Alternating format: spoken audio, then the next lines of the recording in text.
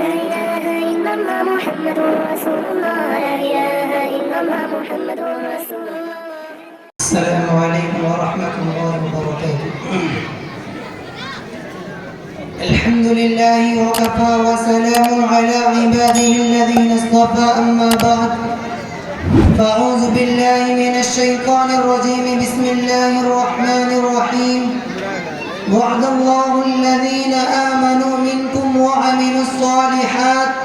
ليستخلفنهم في الأرض كما استخلف الذين من قبلهم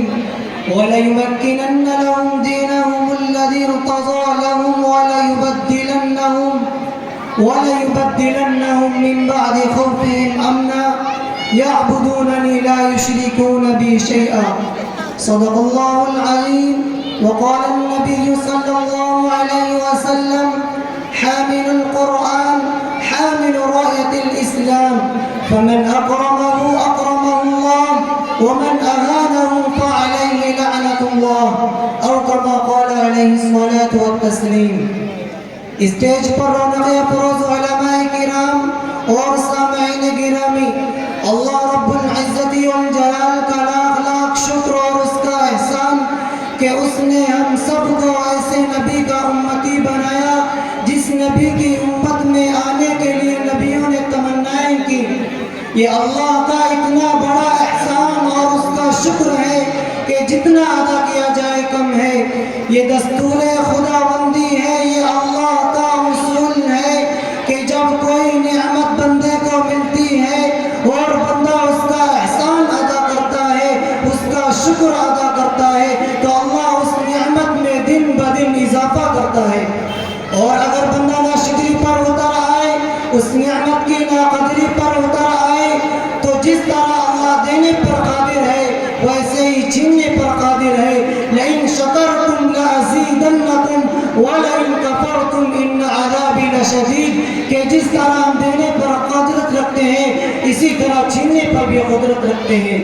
اسی لیے مسلمانوں، اللہ نے ہمیں قرآن دیا ہے، آپ صلی اللہ علیہ وسلم کی جیتی جاگتی زندگی اور آپ کی لائی ہوئی تعلیمات دی ہے. یہ وہ نسبتیں ہیں جو نسبتیں کسی انسان کے ساتھ جڑتی ہیں تو وہ دنیا میں بھی قابل احترام ہوتا ہے اور آخرت میں بھی قابل احترام رہے گا. یہ قرآن دنیا میں انسان ہی نہیں بلکہ جس چیز کے ساتھ جڑا وہ چیز قابل احترام بن گئی. ایک کپڑا جس کی کوئی حیثیت نہیں ہے اگر جزدان بنا دیا جائے تو قابل احترام بن جاتا ہے. ایک لکڑی جس کی کوئی حیثیت نہیں ہے پیروں کے نیچے پڑے تو آدمی زبر دے اور اگر کہیں پائے تو چولہے میں جلا دے، لیکن جس دن سے اس کی نسبت قرآن کے ساتھ جڑتی ہے وہ رحل بن جاتی ہے، اس دن سے وہ قابل احترام بن جاتی ہے. تختی کا وہ پٹھا جو قرآن کے دونوں طرف لگایا جاتا ہے جس کی کوئی حیثیت نہیں ہے، لیکن جس دن سے اس کی نسبت قرآن کے ساتھ جڑتی ہے، جس دن سے قرآن کے دونوں طرف لگتا ہے، اس دن سے آپ علماء کرام سے پوچھیں، مفتیان سے دریافت کریں تو اس تختی اور پٹھے کو بغیر وضو چھونا جائز نہیں. اس لیے کہ قرآن کی نسبت اتنی عظیم نسبت ہے کہ آپ دیکھ رہے ہیں کہ جس دن سے بچہ مکتب یا مدرسے میں داخل ہوتا ہے، چاہے جس قبیلے خاندان کا ہو، جس معاشرے کا ہو، لوگ نام بھول جاتے ہیں اور حافظ جی کہنے لگتے ہیں. اسی پر کسی شاعر نے کیا ہی خوب کہا ہے، کتابوں میں جو افضل ہے اسے قرآن کہتے ہیں، کتابوں میں جو افضل ہے اسے قرآن کہتے ہیں، اسے جس نے اتارا ہے اسے رحمان کہتے ہیں. بسالے اپنے سینے میں جو اس کے 30 پاروں کو، بسالے اپنے سینے میں جو اس کے 30 پاروں کو، زمانے بھر میں اس کو حافظ قرآن کہتے ہیں. کسی بھی کالج یونیورسٹی ٹاپ اسکول میں پڑھنے والا بچہ ہو، زندگی بھر نام ہی سے پکارا جاتا ہے، کبھی نسبت نہیں بدلتی، لیکن قرآن کی نسبت جڑی تو وہ قابل احترام ہو گیا. اس سے آگے کہہ دوں تو شاید غلط نہ ہو کہ مکہ مکہ تھا، لیکن جس دن سے نسبت قرآن جڑی تو مکہ مکۃ المکرمہ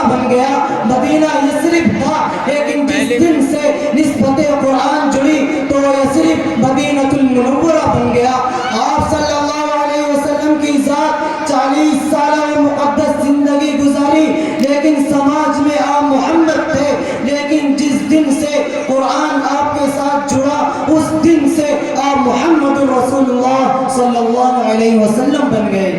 یہ قرآن کی عظمت ہے، برکت ہے، اور وہ جو جہلاء عرب تھے، کفار مکہ تھے، جو اپنی ماؤں کو وراثت میں تقسیم کر لیا کرتے تھے، وہ خطہ عرب جو روئے زمین کا سب سے بدتر خطہ تھا، دنیا کی کوئی طاقت اس پر حکومت کرنے کے لیے تیار نہیں تھی، چاہے وہ رومن امپائر ہو یا ملشین امپائر ہو، کوئی بھی طاقت اس پر حکومت کرنے کے لیے تیار نہیں تھی۔ زنا ان میں عام تھا، شراب ان میں عام تھی، بلاتکاری ان میں عام تھی، راہزنی اور ڈاکہ زنی ان میں عام تھی، لیکن جس دن سے وہ نبی کریم صلی اللہ علیہ وسلم کے ساتھ جڑے، قرآن کی نسبت ان کے ساتھ جڑی، اس دن سے قرآن کی نسبت اس کے ساتھ جڑی تو اللہ رب العزت والجلال اعلان کرتا ہے قُلْ لَوْ وَعَدَ اللَّهُ الْحُسْنَى، نبی جی یہ آپ کے ماننے والے، یہ قرآن کو ماننے والے، ان کے لیے جنت پکی ہو چکی ہے۔ وہ زانی، وہ قاتل، وہ لٹیرے، وہ لوگوں کی عظمتوں کی نیلامی کرنے والے، وہ سکون کے ساتھ کسی کو نہ رہنے دینے والے، لیکن جب نسبت قرآن جڑی تو خود اللہ رب العزت والجلال اعلان کرتا ہے، لیکن جب نسبت قرآن جڑی تو نبی کی زبان مبارک ہلتی ہے، کلمات ادا ہوتے ہیں، اصحابی کالنجوم بأیہم اقتدیتم اہتدیتم، میرے صحابہ ستاروں کے مانند ہیں، تم ان میں سے جس کے پیچھے چلو گے کامیاب ہو جاؤ گے۔ یہ نسبت قرآن کی عظمت ہے، برکت ہے کہ جن کے ساتھ قرآن جڑا وہ ہمیشہ کامیاب رہے، اور جب تک یہ قرآن کی نسبت جڑی رہی تم سربلند رہے، دنیا میں تمہاری حکومتیں رہی، لوگ تمہارا احترام کرتے تھے، لیکن جس دن سے قرآن سے دوری ہوئی نتیجہ اس کا عکس نکل آیا۔ آج صورتحال یہ ہے کہ دنیا کے اندر سب سے مظلوم کوئی قوم ہے تو مسلمان ہے، مارا جاتا ہے تو مسلمان ہے، ستایا جاتا ہے تو مسلمان ہے، کاروبار پر حملہ مسلمان کے ہے، عزتوں کی نیلامی مسلمان کی ہے، ماں اور بہنوں کی عظمتیں محفوظ نہیں ہیں تو مسلمان کی ہے۔ صرف علت اور وجہ یہ ہے تو یہ ہے کہ ہم نے اور آپ نے قرآن چھوڑ دیا، ہم نے شریعت چھوڑ دی، ہم نے اللہ کے رسول سے ناطے اور رشتے کو کمزور کر لیا، ورنہ قرآن کی نسبت وہ نسبت ہے جو انسان کو بلند کرتی ہے۔ ان اللہ یرفع بہذا الاقوام بہذا الکتاب، کہ یہ قوم جو ایک کتاب کے ذریعے بلند ہوتی ہے، اور یہی وہ کتاب ہے جو قوموں کو پستی کے غار میں ڈالتی ہے۔ اگر اس کتاب سے رشتہ مضبوط ہو تو کامیاب ہے، اور اگر اس کتاب سے رشتہ کمزور ہو تو ہم ناکام ہیں، تو ذلت و خواری آپ کا مقدر بن جائے گی۔ اللہ تعالیٰ سے دعا کریں کہ اللہ تعالیٰ ہم سب کو قرآن سیکھنے اور سکھانے کی توفیق عطا فرمائے۔ میں ایک شعر کے ساتھ اپنی بات کو ختم کرتا ہوں کہ لکھنا نہیں آتا تو میری جان پڑا کر، لکھنا نہیں آتا